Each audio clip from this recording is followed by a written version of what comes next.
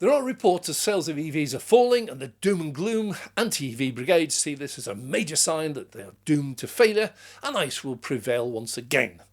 Well, the evidence is actually quite the opposite. EV sales are falling, but for the best of reasons, just as I predicted. Well, Dave Takes It On looks at what is really happening. Well, to do that, let's play a little game to show you what is going on. Let's say you win a competition. The first prize is a new car up to the value of £40,000. Not specifically an ICE or VEV, any car you want, electric, petrol, diesel, it's entirely your choice. You can't spend more and add the difference, nor can you spend less and pocket the difference. You just pick any car you want up to £40,000. Well, first, I guarantee you won't start looking at Ford Fiestas or Suzuki Swift or Vauxhall Corsa. These are nice little cars in their price range, but they are small and budget models, well under 20,000, and you've got 40,000 to get rid of. Likewise, it won't be a Vauxhall Astra or Citroën C4 or Toyota Corolla or Renault Scenic. Again, very nice family cars, but again, they're budget models, mid-20,000s, and you've got almost twice that. No, I guarantee you'll immediately look at the likes of BMW, Mercedes, Audi, Lexus, maybe a Jaguar F-Type or an entry-level Land Rover Discovery. It will be a car that you respect and like, but has always been out of your budget before. Your mission would be to get the best car you can while coming in just under the £40,000. You see, all items, here it's cars, have a perceived value, even if we can't afford it. It applies to pretty much everything.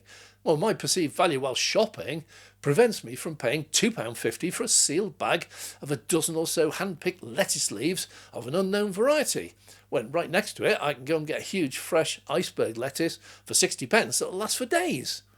Yeah, I can easily afford the sealed bag, and I'm sure the few leaves inside are very nice, but I don't and won't buy them. Well, in cars, the premium brands have spent decades building up their quality reputation. Mercedes do build a really high quality car, premium components, attention to tiny details, and that makes them stand out. Very reliable and comfortable, certainly. But they're not the best selling car in the world. If we bought on quality, reliability and comfort alone, we'd all choose them. But here come two important factors. First, most people cannot afford the premium price. We're on a budget and maybe can't quite stretch to those. Second, the cheaper mass market cars are, well, actually quite comfortable, they're quite reliable, they're really quite good, but much cheaper and within our price range. So the best car for most people is always a compromise between what we need, what we want, and what we can afford. And the legacy automakers have been masters in this for decades, always managing to make exactly what we want within our budget. Now, if I play the same game, but now state, now it must be an EV, the choice now becomes a problem because the premium luxury brands are no longer within that 40,000 budget. BMW i4 starts at 49,000, Audi e-tron 50,000, Mercedes EQA 49,000. So they're off the list instantly. Let's go to the other end of the scale and look at the small budget car range. Vauxhall Corsa EV 32,000. That's dearer than a Mercedes A180 petrol, 30,000, and dearer than an Audi A3 petrol at 28,000. So, being sensible, you already know you wouldn't choose a Corsa at 32,000. How about the Astra? Well, the EV version is well over 38,000 for the base model. Dearer than a Mercedes A200 petrol. You know which you'd rather have. Ford Mach-E Mustang, totally out of your budget, 48,000, but Tesla now sneaks in, 39,990. The choice is now an absolute no-brainer, and this is the problem that Legacy Auto are experiencing and the reason EV sales are down. While Tesla has been dropping prices and now have the Model 3 at the same price it launched at in 2017, all the rest of the Model 3 competitors are way more expensive. Or if you want to drop down to a budget model, Astra E or Citroën C4E or Renault Megane E-Tech for exactly the same price, a high premium, high-tech Tesla, that's not going to happen. See the problem? In the early heady rush to get an EV, the early adopters will buy anything. If their favourite brand offers an EV, they grab it regardless of price and spec. Happens with all products. But once the early adopter rush dies down, we get the mainstream buyers. And these look at alternatives. Even a die-hard Mercedes driver will look at other makes and begin to weigh one up against the other. And if their preferred brand has shortcomings or flaws or is significantly dearer, then they will switch brands instantly. Discerning buyers are not like early adopters. They will buy the best value, often regardless of brand. And that's where we're at. The initial rush has died down, it's gone. The early adapters have all bought their cars, and the mainstream buyers are now shopping around. And they're finding that while the Mercedes or Audi is still built to a very high premium spec, they really do know how to put a car together, they're finding the technology lagging a decade behind. It's a bit like choosing a Nokia mobile phone rather than any smartphone. Well, nowhere is this more obvious than in China, the largest car market in the world. Mercedes were once seen as ultra-desirable premium cars, must-have items, with sales figures reflecting this. But today we see the massive rise in up-to-the-minute high-tech EVs that make the old legacy premium brands look like, well, a really old but very well-built high-spec desktop computer with keyboard and mouse and monitor compared to a slick, desirable iPad. Legacy ICE and EV sales in China are just about finished. Chinese are discerning buyers and they have such massive choice. Even slashing the prices, Mercedes have dropped theirs by up to £20,000. They still cannot sell them there in any numbers. Well, the biggest new car sales market in the world is now switching to 100% EVs and 100% locally made. Yeah, Tesla is an American company, but they have their gigafactory in Beijing, so locals regard them as both Chinese and premium. They are the iPads and iPhones of the EV world. So, as I predicted, once the initial rush has died down, which it has, the legacy automakers will be seen for what they are. Substandard low-tech copies of their once very successful ICE cars. I recently sat in a Mercedes EQA in a showroom. I found it to be almost identical inside to the petrol and hybrid versions, and from the outside I couldn't tell the difference. They use exactly the same body shell, unless I look at the badges. But the tech was pitiful. Imagine for a moment if the iPad had been launched, needing an external keyboard and mouse and screen plugged into it. That's the Mercedes I sat in. Yet, the EVs that people want are out there. Tesla is recognised as the world leader, with brilliant design, next generation technology on board. They are light, fast, economical, and the interior space, because the purpose designed, is massive and ultra-modern and amazingly well-spec'd, even the base model, compared to a dearer, top-of-the-range Vauxhall Astra E.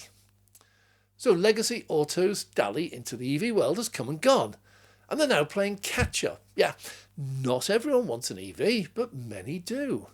And the ones who don't often have no genuine reason why not. They still listen to the mainstream media with their tales of battery fires, not discovering that LFP batteries are now fitted and almost cannot catch fire, or hearing that range is only 100 miles rather than the actual 300 or more miles it actually is, or that charging takes over an hour and you can never find one, when the truth is that most decent EVs can add up to 200-mile range in less than 15 minutes. Little longer than the 5 minutes to fill up and another 5 minutes to go and queue and pay for your petrol. And there are plenty of chargers around, as most people will charge at home. Yeah, I know some can't. Most can. The reasons they don't buy EVs is because of the myths and misconceptions that abound, plus a fear of the unknown. They don't know about them. So do the legacy automakers really believe that we will buy and continue buying their Vauxhall Astras and Citroën C4s and Renault Megane E-Techs at twice the price of their petrol equivalents? Tesla 3 and Y are now less than the top-of-the-range Astra E. And the MG4 and MG5s now sell for almost half the price of an Astra EV. An MG5 EV costs the same as an Astra GS petrol. An MG4 EV costs many thousands less. Well, time will tell, but my prediction is that some people will buy their ridiculously priced EV efforts once, but then either revert back to ICE or switch brands. Should be no surprise that the fastest growing car company in the UK today is MG, with their 4 and 5 models priced well below 30,000, dominating the family sector. And BYD are about to join them, sub 30k, as are Neo, Xpeng and others. I doubt the legacy automakers will get anywhere near the mass market they need to get prices down comparable with their existing ICE equivalents. That's their market. If they truly think they can sell us identical models just with battery power instead of petrol power for nearly twice the price, they really are treating us as fools. Well, looking at sales figures, the situation is pretty much exactly as I predicted. We've entered a worldwide recession, pretty close to it, and have an incredibly high inflation rate. The corresponding huge rise in interest rates is seriously suppressing all markets. From loans at around 4% interest, we're now seeing most well into double digits, effectively nearly doubling the monthly repayments on car loans. That will suppress new car sales generally, but make buyers much more selective in their new car choice. Well, in my opinion, there's a rocky road ahead for all new car sales. People will always buy or lease new cars. Most of us have no choice. See, if our 2 or 3 year lease runs out and we hand the car back, 99% of us will need to instantly lease a replacement. We don't or can't live without cars. But for those who buy, the length of time we hold on to our cars is going to grow. So optional private sales will probably shrink. Meanwhile, in the commercial world, EV car sales are booming. Renters like Hertz and rideshares like Uber and taxi firms have all discovered that apart from new legislation forcing them into EVs around the world, EVs are actually cheaper to operate, service and run, far more reliable, and are much more in demand by the customers, increasing rental prices or ride fares. And in the business world, EVs now offer a massive saving if taken as a company car, with ridiculously low benefit in kind rates. Well, the EV world is in for a shock over the next 12 months, as several legacy automakers will drop out of the EV market altogether and reverse to ICE and hybrids for as long as possible. But their fate is sealed. Legislation or not, the world of the ICE car is long gone. It lasted well, in fact many decades past its expected expiry date. EVs are now dominating, and as ordinary people realise the truth about owning an EV, so they will grow exponentially. Even America, land of the oil wells and the big gas guzzlers, is now past the 10% EV penetration figure, while Norway is well up in the 90%. I'm sorry I've forgotten your name, but I received a comment recently from someone in Norway. It said, I paraphrase here, if you buy a new petrol car, people look at you as if you're insane. And if they see a new petrol-powered car approaching, they look at it with utter disgust. Thanks for watching. I'm Dave.